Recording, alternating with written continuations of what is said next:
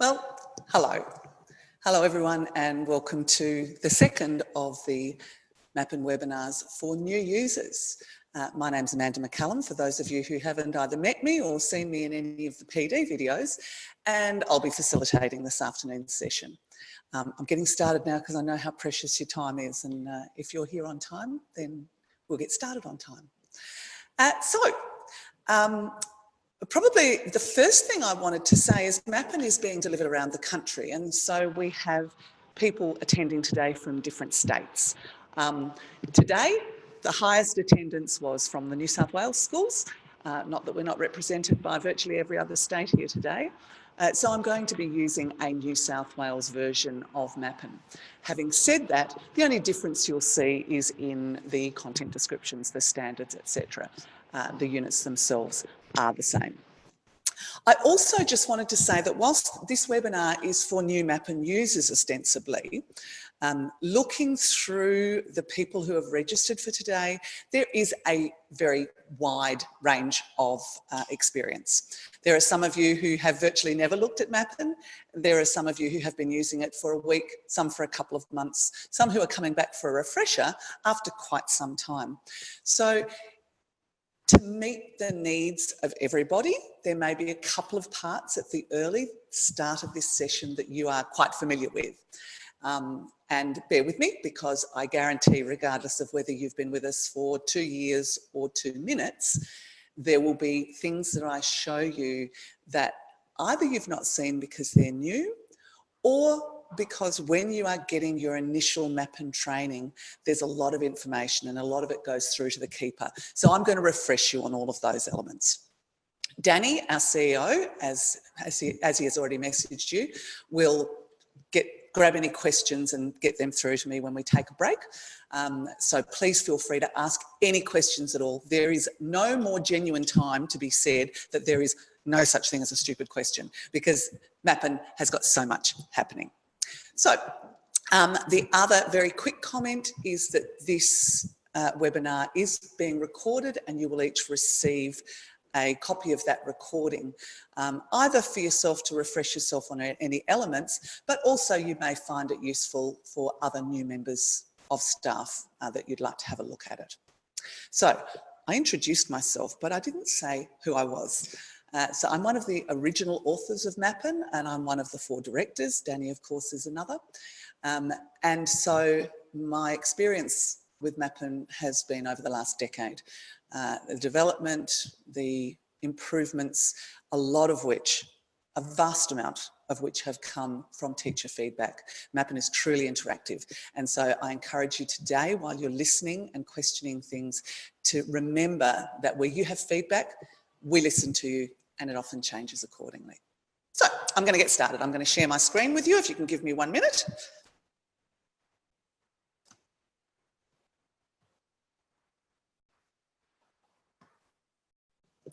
And there we go. Hopefully you're not looking at my mug anymore, but you're looking at the screen, which is showing you the home screen of MAPPEN. Very quickly, what MAPPEN covers for you, and I think there does need to be a blanket statement about this. As a teacher, and I taught myself at all levels, as a teacher, it is important to understand that what MAPPEN covers essentially is, outside of the specialist areas, is everything outside of your literacy and numeracy. So all of those things that you've been trying to cover in your planning, your history, geography, science, economics, civics and citizenship, are all covered in MAPPEN in an integrated way. They are fully resourced. Now, I know a lot of you know that, but I think it's important to say that. The other addition, of course, is the professional learning, the professional development, which in New South Wales can be used for your 10 hours per year of teacher-identified PD. In Victoria and most of the other states, it can actually account for your whole 20 hours. I'm going to take you into detail about that, but I thought as a blanket statement up front, that's a really good one for you to be aware of. Alrighty, what I'm going to do today, I've gone middle of the road. I'm going to work in a stage 2 from New South Wales, years 3 and 4, if I'm talking the language from other states, the years 3 and 4 unit, and a years 1 and 2 unit. In accessing that, I'm on the homepage at the moment, so you know I go to years 3 and 4. I'm going to have a look at a sustainability unit because we have some new inclusions there, and I have a look at what we've got, which is the years 3 and 4 sustainability unit. Opening that one. Alrighty, when you first get into a MAPPEN unit now, it's really important to be aware of this overview video. Generally, they're about 6 to 8 minutes. If you sit there when you're planning for next term, take the 6 to 8 minutes to watch that video. It takes you through a brief overview, task by task, week by week. So in that 6 to 8 minutes, you go from someone who doesn't know what the unit is looking like to having a really good sense of where it's starting, where it's going, and how it's getting there. These have been, relatively new, and they are really helpful in getting an understanding before the start of the unit. I'm going to address what is often an elephant in the room with MAPPEN units, and that is MAPPEN is delivered online, you know that, and you can't print your tasks in MAPPEN. I'm mentioning that up front because I think it sits with a lot of people that, how do I print this? So the elements, if you have to complete other documentation for your school, the elements that you can print are sitting in this overview to the unit down here. When I click in that overview, what you are getting then is the big picture thinking, which is essentially what most schools want in their documentation. Which of the content descriptions, outcomes, whichever language you're using in your school, are addressed within the unit? And then down there it is a task by task breakdown of what is happening in the unit. There is a brief overview statement about the task, and then we have and are progressively introducing learning intentions. These are completely optional for you to use, but as they are becoming quite a hot ticket item in education around the country, we're working on writing learning intentions for you. Because they are in here, it means you can edit them. So everything in here is editable. They're in a PDF version, it's in a Word version, and you can copy and paste from here. You can download it, print it, store it, etc. So that is where you can print if you want to. Learning intentions, just to let you know, we've done all of the sustainability units and we are progressively writing learning intentions for all of the units. One of the things you'll love about MAPPEN is the fact that it continually evolves. Okay, going back from there, that's it, you can't print.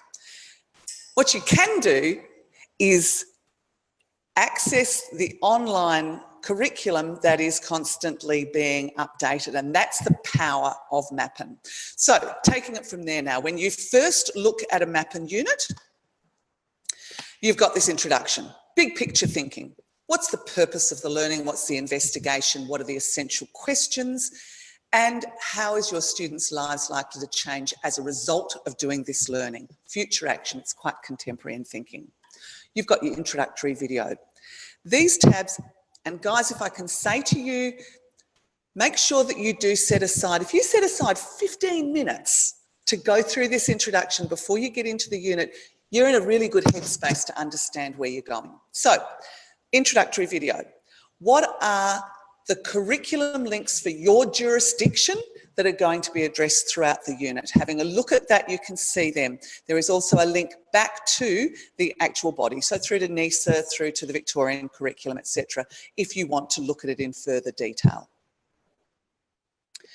There is the glossary, which is the language of the discipline, I suppose. So we don't make assumptions about what the children bring to their learning.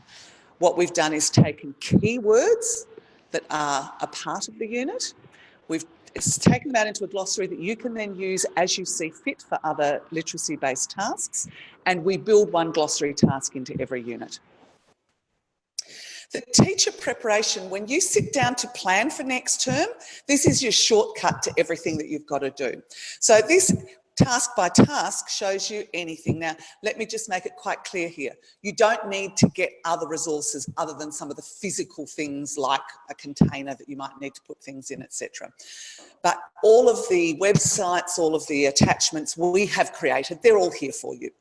And so you can quickly go down, if you're working in a team, you can say, can you get that ready for the team? Can you get that ready for the team? And get it all done. An important tab at the top here is I've shown you all of the tasks with any preparation. But if you click in show only tasks with significant preparation, that's where, as you can see here, you might need a few resources, an ice cream tub, some gravel, some cotton wool, all things that are readily available in your school, but it's not something you want to be grabbing that morning or the day before. So that helps you with your preparation. This comes from MAPPEN organisers, MAPPEN designers being practitioners and understanding the types of things that you need to do to prepare yourself for your curriculum. Okay, that's that one. The next tab, inquiry. With years 3 to 6, essentially for the first 4 or 5 weeks, the first 5 weeks of a unit, your students are being introduced to new content. They're working on it collaboratively. It's not a sage on the stage teach, but they are being introduced to the content and skills and processes that we say we are meeting. Throughout that point, through each of those tasks, there are points that your students' interest may be piqued outside of what they're learning.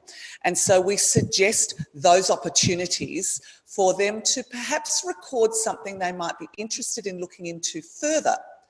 We then allocate time in week 6 for your students to do an independent inquiry for a week, or you could extend it for 2 weeks if you wanted to. That's the nature of these suggestions for inquiry. I'm going to quickly flick across to a 1-2 unit because in years 3 to 6, your students are capable of an independent inquiry. That's not necessarily the case in years foundation to 1 or early stage 1 and stage 1. So Tiptoe Through Our World is the equivalent 1-2 unit. And if I look at this equivalent tab, it says Inquiry Play.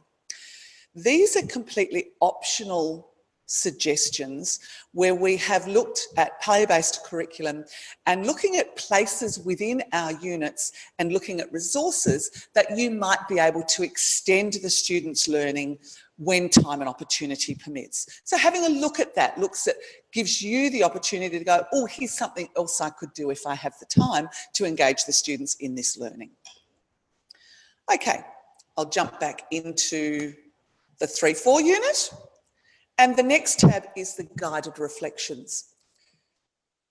The students' metacognition, their capacity to understand their thinking, is not new to anyone, that it's a very important element, particularly in, when we talk about 21st century learners and how they've got to be so adaptable. So what we have done is we have written a guided reflection for each of the tasks, largely not so much about what they have learnt, but who they learnt it with, how they learnt it, where they might use it in other areas of their lives. This is to support you in developing reflective thinking in your students. So those guided reflections are in each task, which I get to shortly, but they're also in a list here for you to be able to have a quick read and see the type of metacognition that's being drawn out of the students. I'll close that one. And I'll jump into the assessment tab. So where we have rubrics, where we have basically, when it says a workbook, it's like a portfolio of elements that your students have completed, graphic organised, etc. throughout a unit. They are included here so that right up front you're looking at where the tasks have finished, etc. Close that one.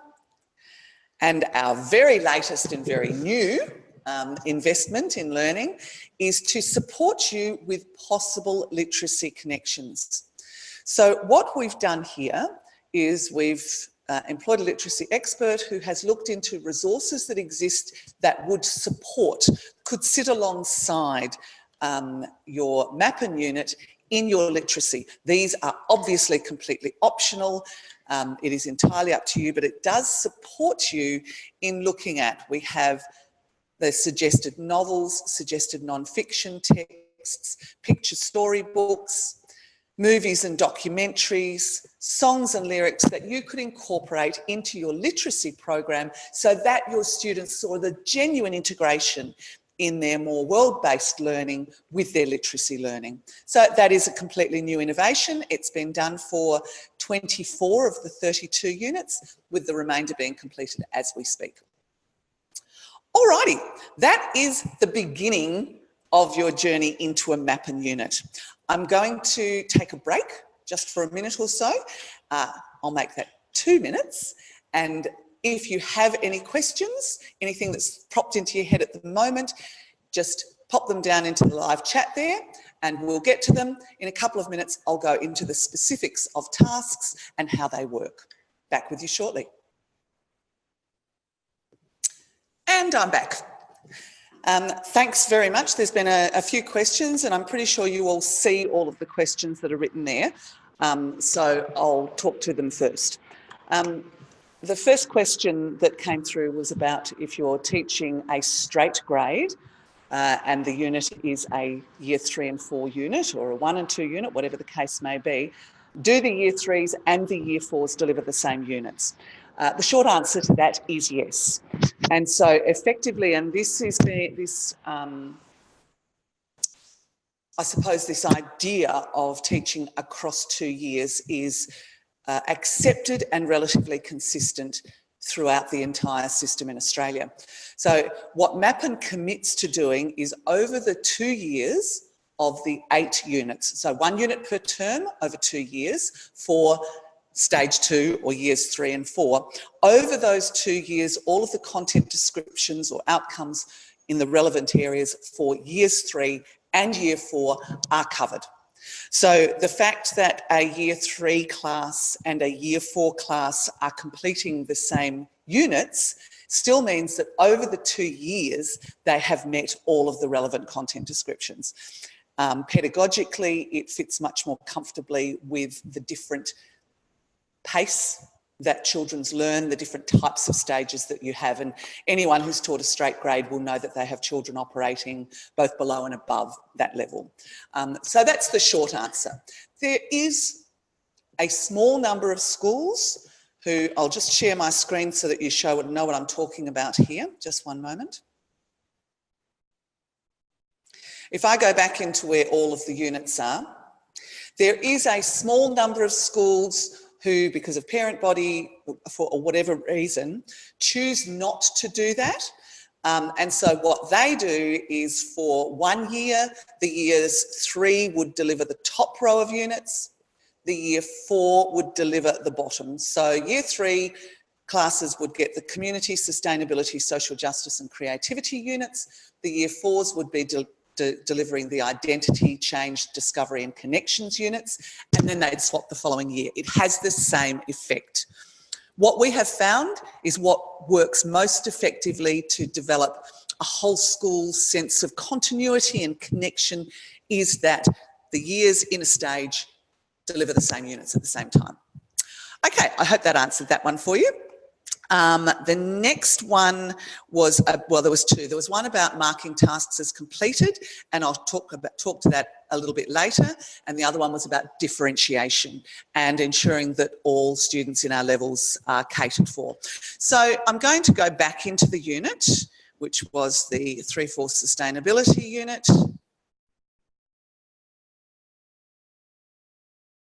And move on, if there are no further questions at this stage, move on to what is actually in the tasks themselves. So when I open a task, the left-hand side, which is the task method, where we have written learning intentions, you can see that the learning intentions and success criteria are at the top of the task. And then the remainder of that task is consultant on your shoulder. This is what you're doing, why you're doing it, how you're doing it. The right-hand side is what the students are doing and what grouping is recommended for that. I have to make it really clear here that that is not intended as a script. You can use it as such and you'll cover the curriculum beautifully, but you are all individuals. What it is intended as is to ensure that you have sufficient information to effectively facilitate tasks that are going to meet the content descriptions. So that's the intention with there. When we get to the bottom of a task, if there is any professional learning, and I'll come back to that, you'll see those videos. And if there were any resources that were required, they would be attached at the bottom of the task as well. I'm going to open a task that probably does have resources. Let's jump to a glossary task for the purposes of this exercise. You can see that there is preparation, there is the learning intentions, etc., and there is an attachment associated with that. The next tab over here is which elements of the curriculum are being addressed, often only in part, because when you look at any of the curriculum, any of the outcomes, content descriptions for any jurisdiction, they are often multifaceted. And so it may be a part of that. But that is the content descriptions that have informed the task. When we move past that to the third tab, this is where you value add. This is where you bring what you know about your students. This is where you personalise, where you improve, create, enhance, collaborate with your peers on the MAPPEN units. So this is a really important place for you to be aware of. I'm going to take you through each of the elements of it, but just before I do, I don't know any of you who are note takers while I'm talking, but if you are, I'd just like to draw your attention before I go right through the detail of the tasks to your portal. Your portal is up here in your name. If you click in your name, there's one here that I want to draw your attention to straight up, that's the MAPPEN Training Centre. Everything that I am going through today, you will be able to find in the MAPPEN Training Centre with a video and screen sort of plays that show you in detail what I'm going through. So when you, for example, go, you know, how do I add comments in notes? How do I differentiate with MAPPEN? You can come back into this training centre and you will find a short training video to be able to support you with that. So that's an important place for you to be aware of. The other place that I just want to come to now, and Lynn Flakemore emailed me earlier asking about the personalising for your students. If when you get started with MAPPEN, you take this step right up front, you're going to be able to get a lot of recording about your students. So if I go into my students here, and your screen will probably be blank. You probably haven't added your students yet. Obviously, in this demonstration, I have. But simply by clicking on Add Students, you can copy and paste your student list. You can just write in Mary Smith and add them. Click Continue. It adds Mary Smith, and you can see she's been added there, and I want to save it. If I had put in there the names of 20 students, they would all now appear in my list. You can see Mary Smith is there now. Important for me to tell you that at this point, because when I'm looking at the tasks and differentiation and notes, etc., you need to have your student names in to be able to record your differentiations for them. I hope that makes sense. I think it will in a short period of time. So I'm just going to jump back into the unit now.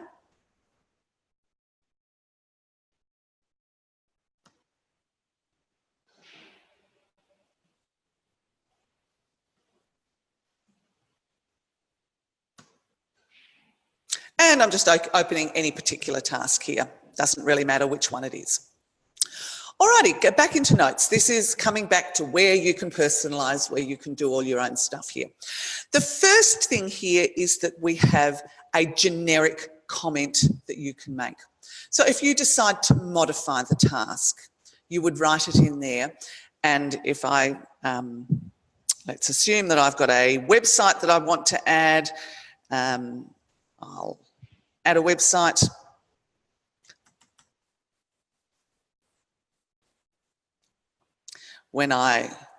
Sorry, I should have put that here. And I click add that. So let's assume there was a website that you found of interest that you were going to share with your peers, with the other teachers in your level. You whack it in there and you click share with school or post publicly.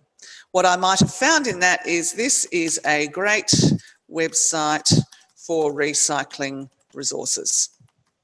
Obviously, I'm making that up as I go along because that's not what MAPPEN is about, but you can see how it works. So when I click here, Share with School, everyone in your staff is going to, who accesses this task in this unit, is going to have the benefit of what you have done there. So it could be that you found a great book. It could be that you take one of our attachments and you modify it. 90% of our attachments are done in Word so that you can modify them.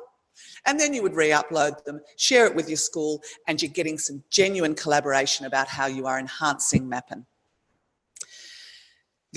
I can't see, I'm just trying to see where I can see chat at the moment, because if anyone is putting any questions there, I'm not seeing them. So Danny, I'll have to rely on you to get any questions through to me there, if there are any. Okay. The next tab is for differentiation. When we talk about differentiating MAPPEN tasks, we don't do differentiations for lower or more capable students, because the nature of the needs of your students is what you know. We wouldn't make assumptions about what the students in your class know. But you may choose to modify the task for some of your students based on their abilities. What we have in this differentiation tab is simply some generic ideas for you. Getting PD on differentiation is quite challenging. So this is based on the June Maker model, which suggests that you can differentiate what you're doing with your students based on 3 areas, based on content, process, or product. When you are within any one of these suggestions, this first one says provide advanced resources that offer sophisticated vocabulary and ideas, because I'm looking for differentiation suggestions for my higher ability students. When I click in that link, it takes me through to more specific ideas about what I could do. So it really is a bank of ideas for you. If you've got a really talented child and you feel that this task is not going to challenge them enough, you can look for other ideas. If you then went, okay, I'm providing thesaurus to look at alternative glossary, and I have 3 students that I want to do that for. Now I can go into select or add students.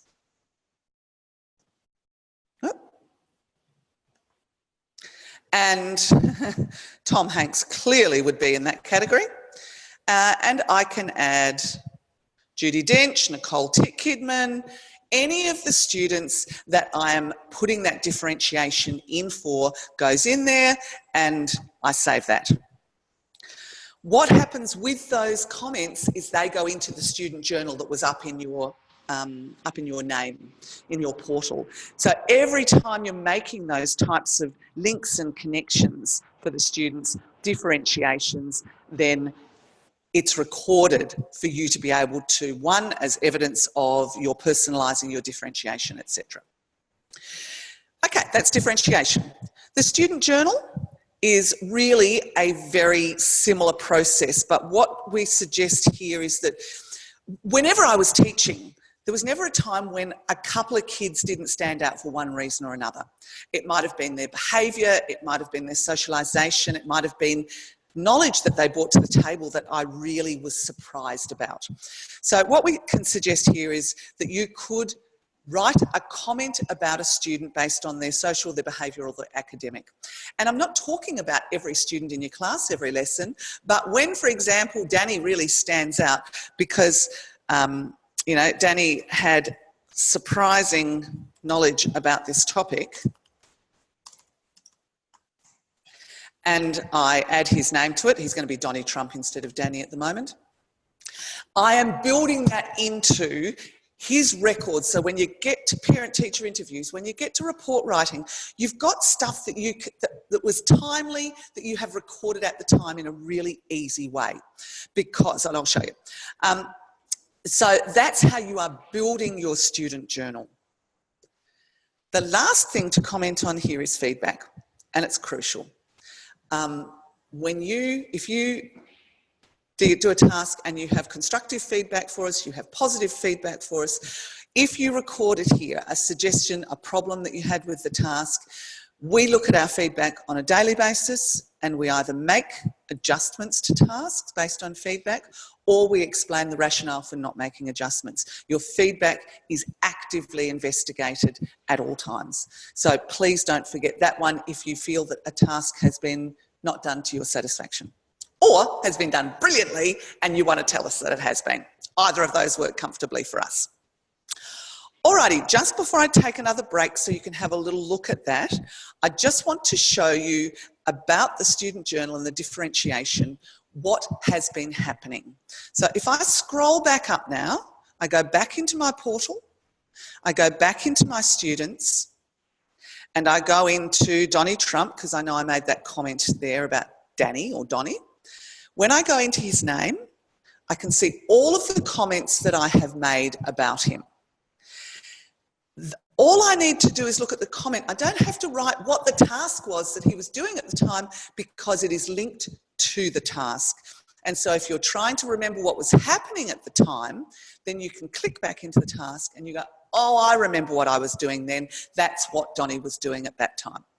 So that is the power of developing a student journal, your differentiation records, because you don't have to write and describe what they were doing at the time. All you've got to do is about their behaviour. And you've got a link to the task to help remind you 6 months down the track what it was that was happening at the time. Okay, I'm going to pause for another couple of minutes, give you a chance to ask some questions, and I'll be back and move on to the next stage. And I'm back. We had to do a quick change of rooms. So if I'm looking at a little bit different, you'll understand why. Alrighty. I only got one question during that break, and that was from Helen about the habits of mind. I'm just going to share my screen again with you. And yes, the habits of mind for me are an absolute passion. They change children's lives and adults for that matter.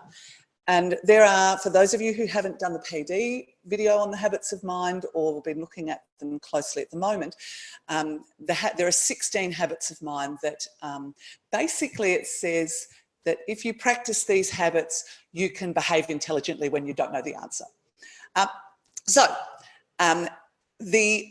Do the maths, the 16 habits of mind are unpacked 2 at a time in each unit so that over the 2 years all of the habits of mind are incorporated. But they are often other ones referred to throughout a unit. So in the beginning part of a unit you will see in this case the habit of mind of thinking interdependently, and what was our other one? The habit of mind of applying past knowledge to new situations. They are unpacked in these units. There will always be a PD for you on habits of mind for you to be able to look into. In the introductory units, and I'll just make a note to come back to them, in the introductory units there is a introduction to all of the habits of mind for your students, and they're really important for you to do before you start on your first unit. If you haven't, do it now. They're well worth it. So I'll take you through that in a sec. Alrighty, that was the only question I had about that. So if I come back to you're looking at your unit, you're getting started, in planning, you've looked at your tasks for this week coming up, and then you're going to deliver your first task. Alrighty, when you have delivered your task, if you click this tick to the left, it'll turn green. What happens the next time that you log in, and I'll pretend I'm logging out and logging back in again, you can see that I don't have to go back to all units and find my unit and find where I'm up to, etc. What you will see there is that I am taken straight to where I am up to on this unit. If I had managed to complete that, I'll get in there now. Okay, so I've also completed this one now, and I've completed the next one, and I'm on to week 2. When I next sign in, I get told, okay, you've done 4 of the 23 tasks, well done.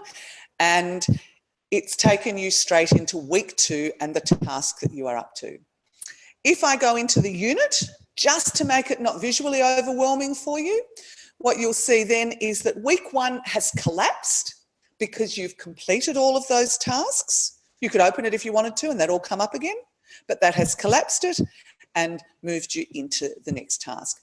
There was a question from Helen, I think it was earlier, about, I'm presuming that that it said here 21 of 23 tasks completed. How do you find the ones that you didn't complete? You would simply click on go to unit and that will, there would be one of these or 2 of these that didn't have ticks in them. There's a couple of reasons why this is really important, guys. One, it does give leadership visibility, and I make no apologies for that. We actively encourage leadership to be able to see what you're up to be able to talk with you about actually what's happening in your classroom. And on a really practical side of things, if you are keeping the ticks going, so you know where you're up to, and you have an unexplained or unintentional absence, so you haven't been able to leave notes for a replacement teacher or anything, your leadership can log in, see where you're up to, and give them the next task to be able to teach. So it's got a really practical application as well. 1, making it easier for you to know where you're up to. 2, giving visibility to leadership. And 3, making a replacement teacher's time actually of value rather than advanced babysitting as it can sometimes be. Alrighty, that's the marking of tasks. I'll show you what that looks like because there's no need for there to be any hidden parts there. I'll show you what that looks like if you are a coordinator.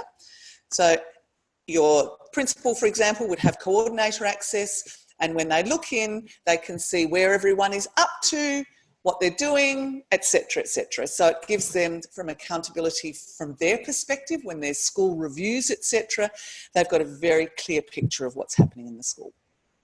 Okay, that was one of the key points. I've showed you where the training videos are if you have forgotten any other parts of it. So, going to jump back into the unit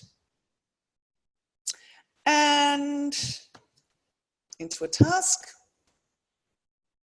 which I hope has got a PD video at the bottom of it. Beautiful, it has.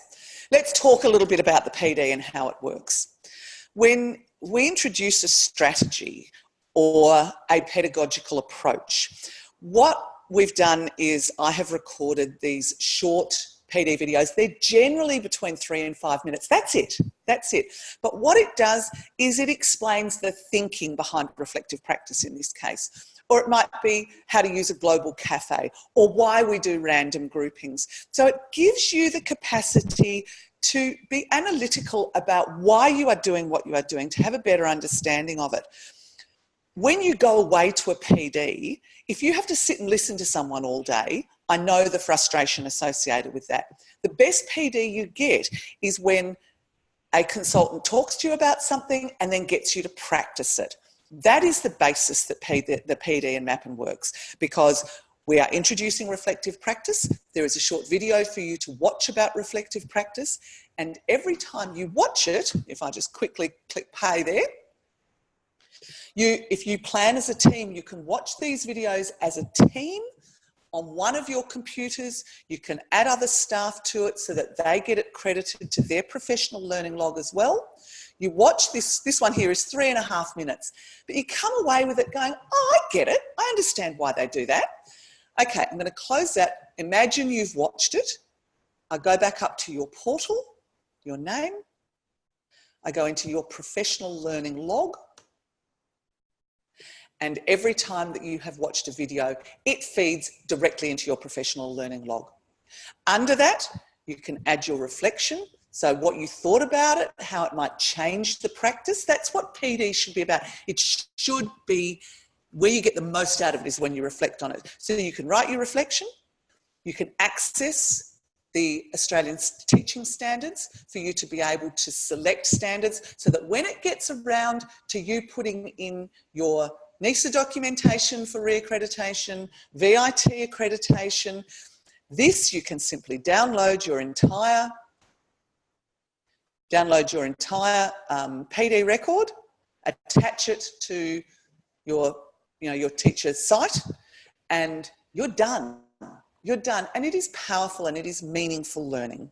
So I should say, every one of those little 3 to 5 minute videos accredits you with 1 hour's professional learning.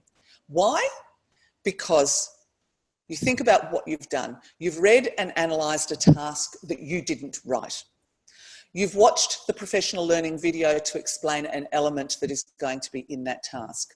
You have then actively practiced whatever was in that PD by delivering the task, and then you've written a reflection on it. That is a genuine, meaningful hours PD, and that's the basis on which MAPPEN works. So back in there in your portal, and if we come back to that portal, you've got 3 really important points we've gone through so far. You've got your students, where you're going to enter your students. You've got your professional learning log that records every bit of professional learning you do. You've got your MAPPEN training centre just for the technical side of how to use MAPPEN if you forget it. If you want to look at any videos that exist in MAPPEN, you can, without it being task specific, because that's the way it's entered into your units, then click in the Professional Learning Centre and you can find any of them. And you can watch those videos and get it accredited to your professional learning. So that's how the PD works. Alrighty, the last thing I want to show you is the curriculum maps. So over here, and you've got 3 white bars. If you click in the 3 white bars, oh, 2 more things I want to show you. The first one is the curriculum maps. There we go. Alrighty. Because I was in a 1-2 unit when I was talking to you, it has automatically defaulted to the years 1 and 2 curriculum maps. What this does is it shows every one of the learning areas for your entire curriculum, every one of the content descriptions that are built into that learning area, and where they are addressed, in what concept or what unit they are addressed at any stage throughout the MAPPEN suite of units. If I look at this first one, which has the link is sequencing familiar objects and events, if I click in the word tasks, that shows me anywhere throughout the entire MAPPEN sequence where that content description is being addressed in some way, shape or form. MAPPEN is truly integrated. There are opportunities to repeat and review and revise learning throughout. So this gives you, I suppose, for anyone going, where do we meet that particular thing that I know I did last year in this way? Go into your curriculum maps and you can find it where it is met. That's the value of them. These can be downloaded. If I just go back into the map, if you want for your own documentation, the curriculum maps can be downloaded. For New South Wales schools, so that can be downloaded and kept. For New South Wales schools, because you have quite specific dot-pointed outcomes as well as content descriptions, there is also outcomes maps. That doesn't exist in any of the other states because the achievement standards, for example, in Victoria are a paragraph, whereas they're actually dot-pointed in New South Wales. So, but you still have the curriculum map, which gives you the breakdown of where everything is addressed throughout the sequence for your year level. Alrighty, the last little thing there, which is just give you back a couple of hours of your life. If you go in there to the scope and sequence, I know when I was teaching that, there we go. I know when I was teaching that each term I would send home a term newsletter with a synopsis of what we were going to be covering throughout the term. This is to save you that 2 hours. So if you were doing Tiptoe Through Our World, there is a beautiful 1-page glossy for you to send home to your parents that shows what they're doing, the big picture thinking behind it. And that can just be sent home as part of your newsletter.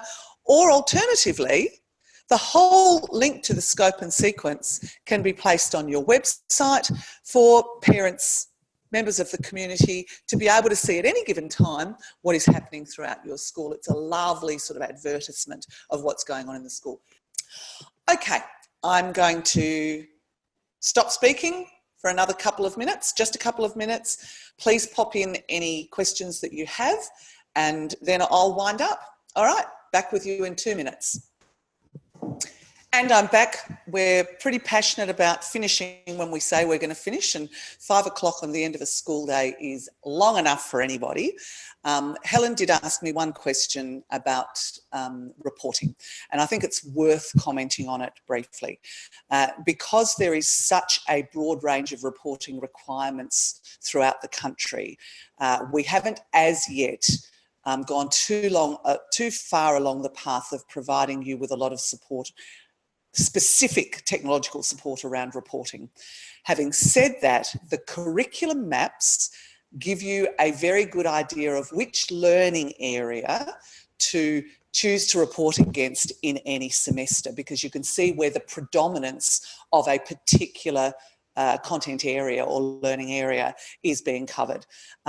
Without exception, there is no statement in any jurisdiction that in a semester all of the content for a particular learning area needs to be covered.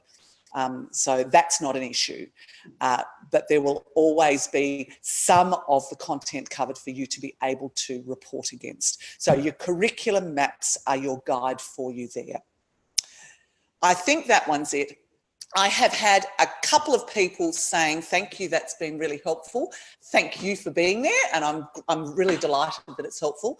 The webinars do take on quite a differentiated note, because I do respond to specific questions. So whilst you will get a recording of this webinar, which you can share with anyone that you'd like, if you do have new staff or other staff that would like to attend the one that I do next term, I will do one each term for new staff. Please, you can encourage them to attend, seeing as you've said, it's been so helpful. It's been a delight spending the afternoon with you, and good luck. Live chat, guys. If you've got a question, if you've got a problem, get onto live chat and we'll help you straight away. In the meantime, enjoy your time with MAPPEN. Cheers.